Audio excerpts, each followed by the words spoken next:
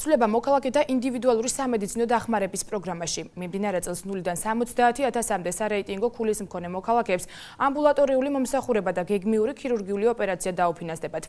ასევე დაფინანსდებიან ის მოქალაქეებიც, რომლებზეც ტერიტორიული ორგანოდან მერიის წარმომადგენელი მათი მძიმე სოციალურ-ეკონომიკური მდგომარეობის შესახებ სპეციალურ აქტს წარმოადგენს. რა თანხის ფარგლებში დაფინანსდებიან მოქალაქეები და რა პროცედურებია ამისთვის საჭირო, ნახეთ ჩვენი სიუჟეტი. 19 წლის კონსტანტინე ნავროზაშვილი ერთ-ერთია იმ სოციალურად დაუცველ მოქალაქეებს შორის, ვინც ინდივიდუალური სამედიცინო დახმარების პროგრამით ისარგებლებს. რუსთავის მერიამ მას უკვე დაუფინანსა ოპერაციისთვის საჭირო თანხის ნაწილი. სოციალურმა დამიფინანსა 643 ლარი და ძვირიან საავადმყოფოში კეთდება ეს ოფიცია და მჭირდა 1030 ლარი დამატება. ეს არ მქონა თანხა და რუსთავის მერია დამეხმარა 1030 ლარით. რათა ეს ოპერაცია ჩამიტარდეს. ჩემ ოჯახს არანაირი საშუალება არ ქონა ამ თანხის გადახდის. თიც მერია რო დამეხმარა ძალიან მოხარულია.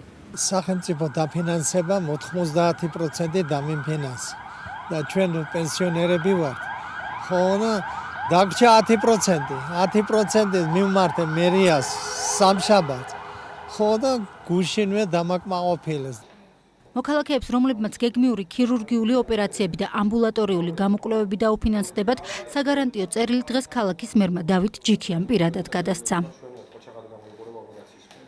შარშან ჩვენი პროგრამა ძირითადად ორი მიმართულების იყო, ეს იყო ონკოლოგიური და იყო გულთან დაკავშირებული პრობლემების დაფინანსება. დანარჩენი თანხების დაფინანსება ხდებოდა ხოლმე როგორც წესი ხშირ შემთხვევაში სარეზერვო ფონდით. ზოგადად თვლით რომ ეს არ იყო მთლად ესეთი სწორი ფორმა ერთი მარტივი მიზეზის გამო.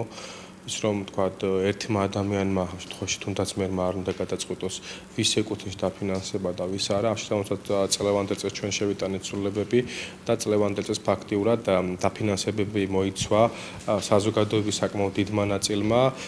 მათ შორის ანუ მოხდება კომისიური ჯგუფით განხილვა ვის ეკუთვნის დაფინანსება. მაქსიმალურად შევეცდებით რომ ის ხალხი ვისაც პრობლემა გააჩნია რეალურად და მის სახსრები არ აქვს ეს დაავადება იქნება, მკურნალობა იქნება ამის პრობლემის მოგვარება თავის თავზე ქალაქის მერია აიღოს და მერიამ მოაგვარეს, იმიტომ რომ ჯანმრთელობა ადამიანისთვის ეს არის უპირველეს ყოვლისა.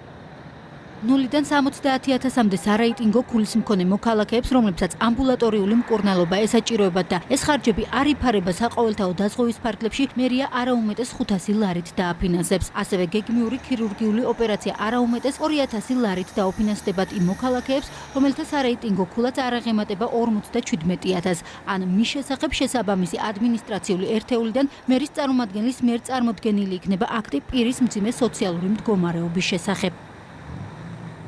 0-დან 70,000 ქულამდე სარეიტინგო ქულის მქონე რუსთაველებს დაუფინანსდებათ ამბულატორიული მომსახურება, ანუ გამოკვლევები არაუმეტეს 500 ლარის ფარგლებში და ყველა გეგმიური ქირურგიული ოპერაცია თანადაფინანსებელი რიგ შემთხვევებში იქნება თვითმმართველობა არაუმეტეს 2,000 ლარის ფარგლებში.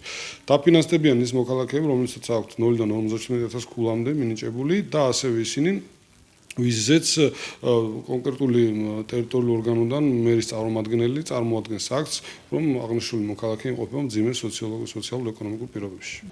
იმისათვის, რომ მოქალაქეს გეგმიური ქირურგიული ოპერაცია ან ამბულატორიული მომსახურება დაუფინანსდეს, რუსთავის მერიაში განცხადება უნდა დაწეროს, წარმოადგინოს ცნობა ჯანმრთელობის შესახებ და სამედიცინო დაწესებულების მიერ შედგენილი ანგარიშ ფაქტურა. ქალაქები უნდა მოვიდნენ დაწერონ განცხადება ქალაქის მერიაში, წარმოადგინონ ფორმასი, კალკულაცია კლინიკიდან სადაც სურთ ოპერაციის გაკეთება და საყოველთაო დაზღვევის პროგრამიდან წამოღებული დოკუმენტი თუ რა თანხით შედის სახელმწიფო თანადაფინანსებაში აღნიშნულ ოპერაციაში. აღსანიშნავია, რომ მერიის სოციალური მომსახურების, ჯანმრთელობის, კულტურის, სპორტისა და ახალგაზრდულ საქმეთა სამსახური მიმდინარე წელს სულ 21 სოციალურ პროგრამას ახორციელებს, რომლის საწყისი ბიუჯეტი 3 მილიონი ლარია.